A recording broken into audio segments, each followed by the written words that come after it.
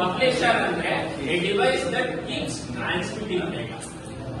Publish ಮಾಡೋದು book publisher, book ಅನ್ನ publish ಮಾಡಿ ಮಾರ್ಕೆಟ್ ಅಲ್ಲಿ ಬಿಟ್ಬಿಡ್ತಾರೆ. ಸಬ್ಸ್ಕ್ರಿಪ್ಷನ್, ನೀವು ದುಡ್ಡು ಕಟ್ ತಗೊಳ್ತೀರಿ. ನ್ಯೂಸ್ ಪೇಪರ್, ಡೆಕ್ಕನ್ ಆಗಲಿ, ಟೈಮ್ಸ್ ಆಫ್ ಇಂಡಿಯಾ, ಪ್ರಜಾವಾಣಿ ಅವೆಲ್ಲಾನು ಪಬ್ಲಿಷ್ ಮಾಡ್ತಾರೆ ನ್ಯೂಸ್ ಪೇಪರ್ ಕಂಪ್ನಿ. ಹೌದಾ? ಪ್ರಿಂಟ್ ಮಾಡಿ ಮಾಡಿ ಬೆಳಗ್ಗೆ ಬಂದು ಮಾರ್ಕೆಟ್ ಅಲ್ಲಿ ಸಾಕಿರ್ತಾರೆ. ನೀವು ದುಡ್ಡು ಕಟ್ಟು ಕಟ್ಕೋಬೇಕು. ನೀವು ದುಡ್ಡು ಕೊಟ್ಟು ಕೊಡ್ಕೊಳ್ತಾ ಇದ್ದೀನಿ ಅಂದ್ರೆ ಈಗ ಸಬ್ಸ್ಕ್ರೈಬಿಂಗ್.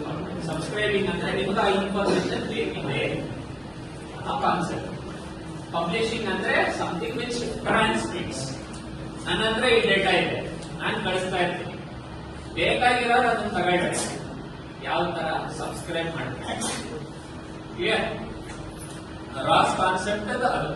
ಬಟ್ ರಾಸ್ ಅಲ್ಲಿ ಆ ಪಬ್ಲಿಷಿಂಗ್ ಸಬ್ಸ್ಕ್ರಿಪ್ಷನ್ ಕಾನ್ಸೆಪ್ಟ್ ಯಾಕೆ ಬಂತು ಅಂದ್ರೆ ಇಲ್ಲಿಂದ. ಓಕೆ, ಎಲ್ಲದಕ್ಕೂ ಮೂಲ ಇಲ್ಲಿ. Clear? Once this is clear, rest of the topics will be easy.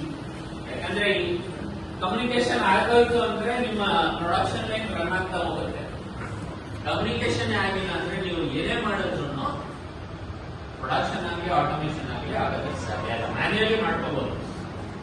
Clear? ಇಲ್ಲಿ ಗಂಟ ಕ್ಲಿಯರ್ ಏನ್ರಾ? Yes sir. ಸೊ ಏನೇನಿದಾವಪ್ಪ ಕಾಂಪೋನೆಂಟ್ಸ್ ಅಲ್ಲಿ?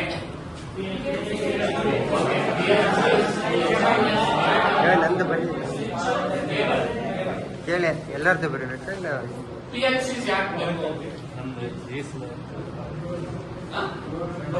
PLCs act like controllers.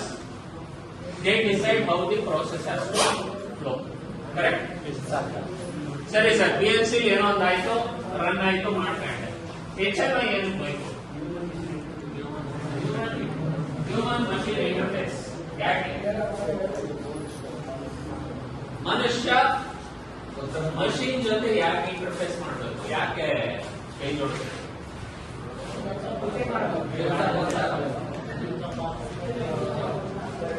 ಈಗ CNC ನಲ್ಲಿ ಜಾಬ್ ರನ್ ಮಾಡ್ತಾ ಇರ್ತೀವಿ, ಸ್ಪಿಂಡ್ ಔಟ್ ಹೊಡಿಯಕ್ಕೆ ಹೋಯ್ತು, ಜಾಬ್ ಹಾಳಾಗತ್ತ?